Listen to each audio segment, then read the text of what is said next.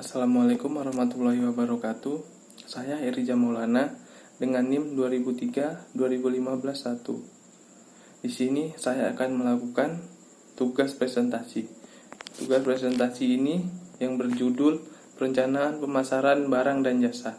Rencana pemasaran atau marketing plan adalah salah satu bentuk proses manajemen perusahaan untuk mencapai tujuan dari pemasaran produk, yaitu mendapatkan keuntungan dari produk yang dipasarkan. Oleh sebab itu, dibutuhkan keahlian khusus dalam menyusun rencana pemasaran sehingga dapat menghasilkan keuntungan besar. Tujuan rencana pemasaran diantaranya: mengetahui informasi dengan berkaitan perubahan pasar dan persaingan perusahaan lain, menciptakan jaringan kerja yang lebih luas, meningkatkan keuntungan dengan cara yang lebih efisien dan efektif. Produk elemen penting yang mendukung suksesnya rencana pemasaran adalah produk yang bagus merupakan elemen yang paling utama. Oleh sebab itu, agar bisa menciptakan strategi pemasaran produk yang jitu, maka perlu memastikan bahwa produk yang akan dipasarkan untuk itu memang produk yang terjamin kualitasnya. Konsumen, selain fokus terhadap kualitas dan dampak yang diberikan oleh produk yang akan dipasarkan tersebut, produsen juga perlu memberikan perhatian pada konsumen, baik itu konsumen yang sudah menjadi pelanggan ataupun calon konsumen yang tertarik untuk pertama kalinya membeli produk tersebut. Cara yang bisa produsen lakukan agar dapat memberikan perhatian kepada konsumen adalah memahami karakteristik, sifat, perilaku dari konsumen. Diperlukan riset khusus untuk mengumpulkan informasi terkait dengan konsumen yang menjadi target pasar dari produk tersebut. Di antaranya seperti usia, jenis kelamin, status pernikahan, pendidikan, profesi, dan hobi. Tim pemasaran. Kerja sama sebuah tim yang kompak akan memudahkan promosi suatu produk, namun menghubungkan dan menjaga kerjasama yang baik antara sejumlah orang dalam sebuah tim agar selalu berada di jalur yang diinginkan bukan sebuah pekerjaan yang mudah.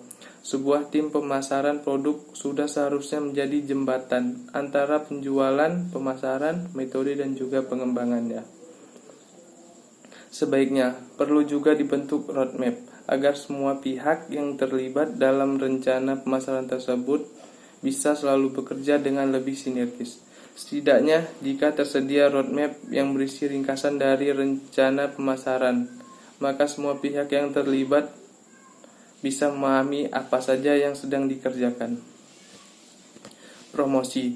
Elemen penting lainnya dalam rencana pemasaran produk yang tidak bisa diremehkan begitu saja adalah promosi. Jika produsen sudah memiliki produk yang berkualitas dan strategi pemasaran yang cukup matang, produsen masih memiliki pekerjaan lain yang tidak kalah pentingnya adalah melakukan promosi. Melakukan promosi di saat yang tepat juga perlu dipikirkan. Misalnya saja seperti musim apa yang cocok untuk mulai melakukan promosi terhadap produk yang akan dipasarkan tersebut. Pada dasarnya, diperlukan kecocokan antara pasar dengan produk yang akan dipasarkan tersebut. Analisis.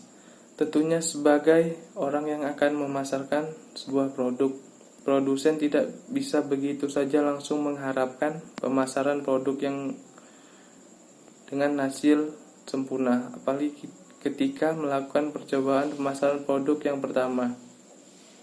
Produsen juga perlu memikirkan tentang kegagalan sebagai kemungkinan terburuk yang akan terjadi. 3 langkah awal merancang rencana pemasaran produk. 1.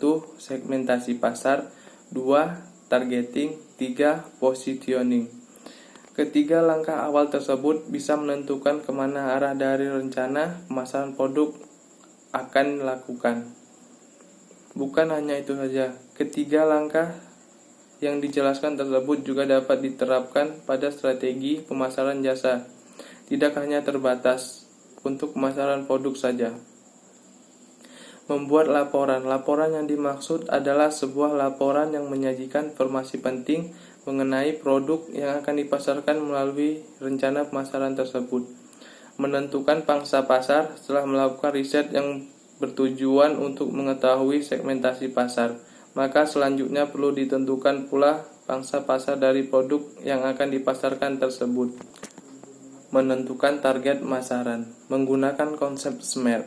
Konsep SMART yang merupakan akronim dari S spesifik, M measurable terukur, A attainable dapat dicapai, R realistis, T timely dibatasi oleh waktu.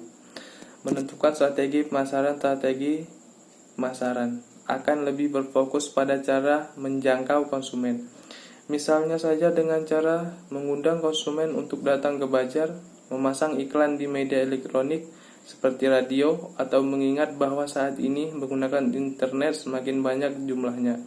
Maka bukan suatu ide yang buruk jika Anda juga mencoba beriklan di internet. Sampai sinilah pembuatan tugas presentasi saya. Terima kasih. Assalamualaikum warahmatullahi wabarakatuh.